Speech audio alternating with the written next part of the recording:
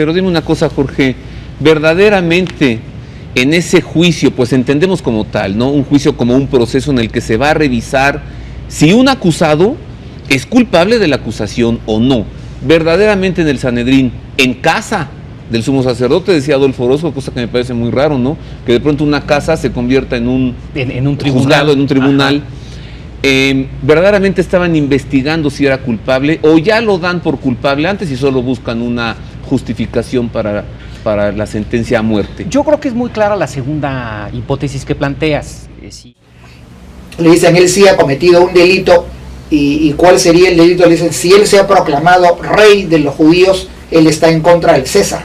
O sea, van a incidir en el aspecto político, ¿no? Ya no es el aspecto solo religioso. O sea, si él se está proclamando rey, esto significa que se está potencialmente enfrentando al poder romano. Y si tú no lo castigas, entonces tú estás en contra de César. Comencemos por escuchar el testimonio del sumo sacerdote Caifás.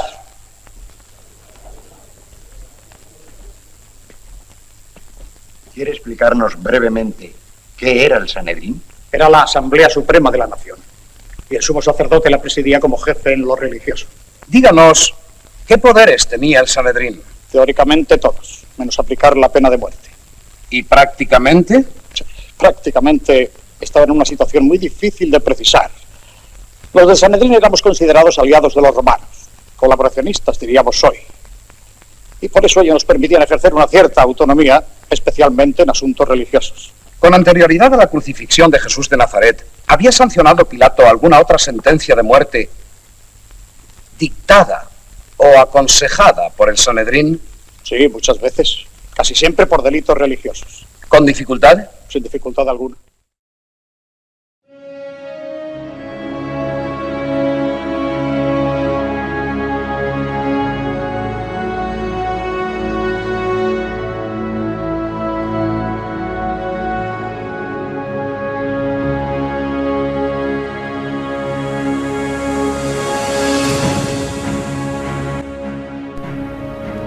Antes de que los testigos presentaran su testimonio en los procesos con posible pena capital, los tribunales judíos hacían esta advertencia a los imputados, con relación con el valor de la vida. ¿Lo que ustedes dicen no estará basado en suposiciones, o en rumores, o en lo que les dijeron otros testigos, o en lo que les dijo una persona digna de confianza? ¿Ustedes saben que sus declaraciones las vamos a someter a investigaciones e indagaciones? Tengan en cuenta que los juicios criminales no son como los procesos por dinero. En las causas por dinero, el testigo puede indemnizar y expiar de ese modo el daño. En los juicios criminales responde por la sangre derramada y la de sus descendientes hasta el fin del mundo. Talmud de Babilonia, Sanedrín, 37a. Entre los casos judiciales más famosos de la antigüedad, pocos han llegado a ser tan famosos como el juicio a Jesús. Los evangelios describen la forma en que éste fue arrestado, enjuiciado y ejecutado. ¿Debería importarnos el juicio que acabó con su vida? Claro. Primero, él mandó que conmemoraran su muerte aquellos que se consideraban cristianos. Segundo, tanto al historiador como al cristiano debe saber la verdad sobre los cargos en su contra. Y tercero, porque el hecho de que Jesús haya ofrecido su vida como sacrificio repercute significativamente en nuestro futuro. Hola amigos, bienvenidos otra vez a Pixelando la Historia. Hoy vamos a considerar el proceso a Jesús, un ejemplo de injusticia histórica.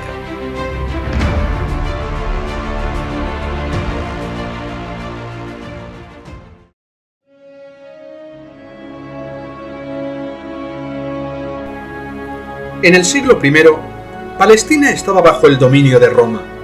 El Imperio Romano concedía a las autoridades religiosas judías el derecho de administrar justicia entre el pueblo según sus propias leyes, pero no les permitía el derecho legal para ejecutar a los delincuentes. Por eso, aunque fueron los romanos quienes dieron muerte a Jesús, fueron los líderes judíos quienes lo arrestaron. A estos últimos les incomodaba tanto la predicación de Jesús que decidieron matarlo. Sin embargo, trataron de dar una apariencia legal a su ejecución. Un profesor de Derecho lo ha descrito como el peor delito del que se tiene constancia en la historia de la jurisprudencia. La ley mosaica que Israel recibió contenía un avanzado sistema de leyes. No obstante, para el tiempo de Jesús, siglo I, los rabinos legalistas le habían añadido un sinnúmero de reglas orales que muchas de ellas formaron parte por escrito de lo que con el tiempo llegó a ser el Talmud. He aquí algunas de sus reglas. En los procesos de pena capital, primero se escuchaban los argumentos de absolución. Los jueces hacían todo lo posible por evitar la pena de muerte al acusado. Los jueces podían pelear a favor del acusado, pero no en su contra. Se advertía a los testigos sobre la seriedad de su cometido. No se interrogaba a un testigo ante la presencia de otro, sino por separado.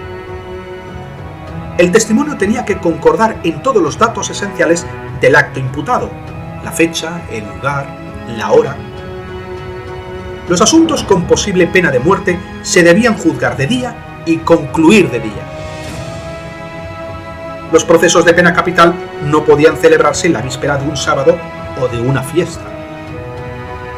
Los casos que implicaban la pena capital debían comenzar y terminar el mismo día si el veredicto era a favor del acusado, pero si era en su contra, concluía al día siguiente, cuando se anunciaba el veredicto y se ejecutaba la sentencia.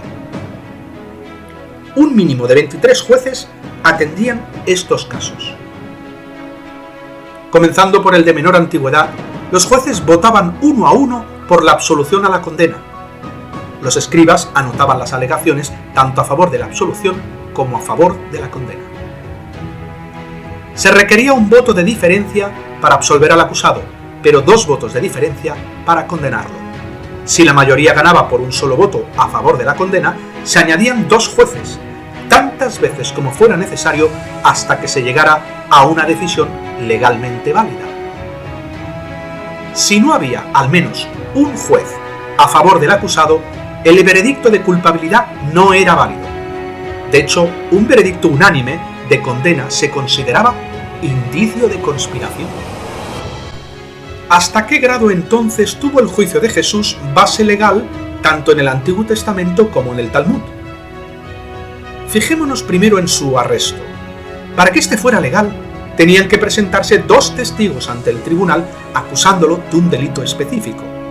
En el primer siglo, quien creyera que se había violado una ley tenía que formular los cargos ante un tribunal en sus sesiones regulares.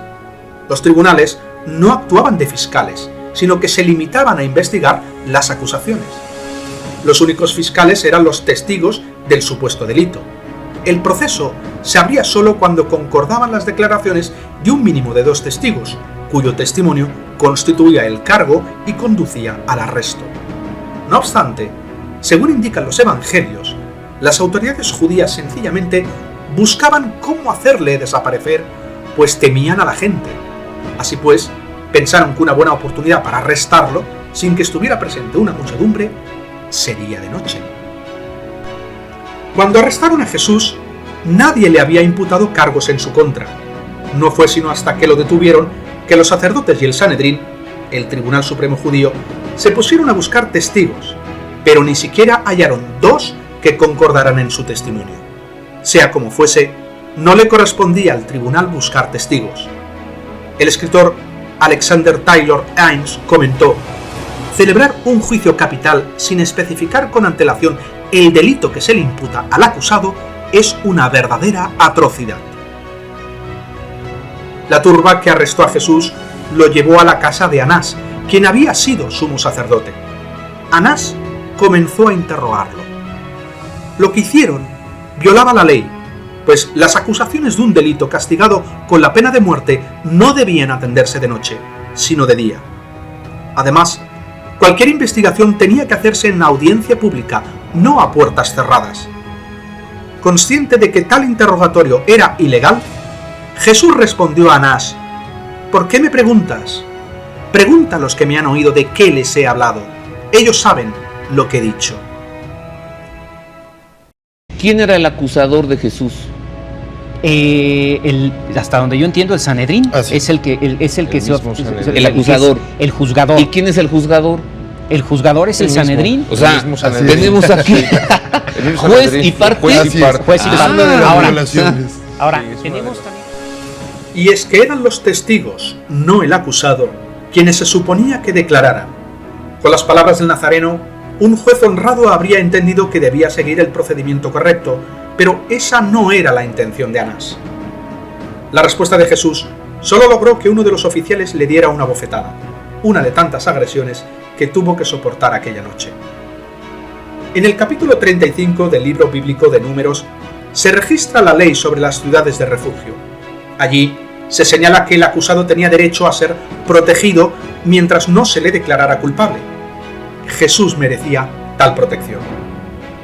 Seguidamente, quienes lo capturaron lo condujeron a la casa del sumo sacerdote en funciones, Caifás, donde el juicio continuó durante toda la noche. Allí, los sacerdotes, tal como dice el Evangelio de Mateo 26:59, buscaban testimonio falso contra Jesús a fin de darle muerte, aunque ninguno de los testigos concordó en cuanto a lo que Jesús había dicho. De modo que Caifás lo instigó a hacer algo que lo inculpara, preguntándole: ¿no respondes nada? ¿No oyes lo que estos atestiguan contra ti? Taylor Hines, citado anteriormente, afirmó: plantearle preguntas al acusado y condenarlo en función de su respuesta constituyó una violación de la justicia formal. El sumo sacerdote le preguntó finalmente: ¿eres tú el Cristo, el Hijo del Bendito? A lo que Jesús contestó: sí, yo soy. Y ustedes verán al Hijo del Hombre sentado a la diestra del poder y venir entre las nubes del cielo. El Sanedrín interpretó esta respuesta como una blasfemia, y todos ellos lo condenaron declarándolo expuesto a muerte. La blasfemia consistía en usar de forma impía el nombre divino o en usurpar el poder o la autoridad que le pertenece solo a Dios. Los acusadores de Jesús no aportaron ninguna prueba de que él hubiera blasfemado. De acuerdo con la ley mosaica, los juicios se debían realizar en público, pero el de Jesús se celebró en secreto. A nadie se le permitió siquiera intentar decir algo a su favor. Tampoco se comprobó si era el Mesías, como afirmaba ser, ni se le dio oportunidad de presentar testigos en su defensa. Además, el jurado nunca emitió un veredicto oficial. Al parecer, sabiendo que los judíos no tenían autoridad para ejecutar a Jesús, lo llevaron ante el gobernador romano, Poncio Pilato, quien les preguntó qué acusación traen contra este hombre. Sabiendo que la blasfemia no era un delito en Roma, trataron de que lo condenaran sin presentar pruebas. Replicaron: si este hombre no fuera delincuente, no te lo habríamos entregado. Pilato rechazó el argumento, lo cual los obligó a fabricar el siguiente cargo: a este hombre lo hallamos subvirtiendo a nuestra nación y prohibiendo pagar impuestos a César, y diciendo que él mismo es Cristo, un rey. De modo que cambiaron astutamente la falsa acusación de blasfemia por la de traición. Jesús jamás prohibió pagar impuestos, y los judíos lo sabían. De hecho, él había enseñado lo contrario. Cuando le preguntaron los fariseos a Jesús si era lícito pagar impuestos a César, respondió: páguenle a César lo que es de César, pero a Dios lo que es de Dios. ¿Y cómo reaccionó Pilato ante la acusación de que Jesús se había hecho rey a sí mismo? Era obvio que el acusado no suponía ninguna amenaza para Roma. Declaró: yo no hallo en él ninguna falta. Pilato sostuvo esa misma postura durante todo el juicio. Incluso trató de liberar a Jesús valiéndose de la costumbre de soltar a un preso con motivo de la Pascua. Sin embargo, terminó liberando a Barrabás, quien era culpable de sedición y asesinato. En un nuevo intento de liberar a Jesús, Pilato ofreció una solución intermedia. Mandó que lo sometieran a la flagelación romana y dejó que lo vistieran de púrpura, le pusieron una corona de espinas, lo golpearan y se burlasen de él. Entonces volvió a declararlo inocente. Quizás pensó que si veían a Jesús flagelado, se compadecerían un poco. Sin embargo, no fue así. Pilato siguió buscando cómo ponerlo en libertad, pero los judíos gritaron diciendo: si pones en libertad a este, no eres amigo de César. Todo el que se hace rey habla contra César. Tiberio, el emperador romano de aquel tiempo, tenía la fama de asesinar a todo el que considerara infiel, aun si se trataba de un oficial de alto rango. Como Pilato ya había provocado con anterioridad la ira de los judíos, no podía arriesgarse a empeorar las cosas, y mucho menos a que lo acusaran de traidor. Los gritos de la muchedumbre suponían una amenaza indirecta para Pilato, un chantaje que le infundió miedo. De modo que cedió a la presión e hizo que Jesús, un hombre inocente, fuera ejecutado. Muchos comentaristas jurídicos que han analizado el relato evangélico del juicio de Jesús han llegado a la conclusión de que fue toda una pantomima, pues no se hizo verdadera justicia. Taylor Haynes declaró: un juicio que iniciara, concluyera y en el que se pronunciara formalmente la condena entre la medianoche y el mediodía siguiente se oponía por completo a las reglas de la ley hebrea y a los principios de justicia. Todo el proceso estuvo lleno de ilegalidades tan crasas e irregularidades tan flagrantes que el resultado puede considerarse un verdadero asesinato jurídico. Jesús era inocente. Aún así, sabía que la salvación de la humanidad dependía de que diera su vida. Para todos aquellos que se consideran cristianos, que se precian de serlo, reconocen que la muerte de Jesucristo y su resurrección forman parte de la historia humana, y es una historia que jamás deberíamos olvidar.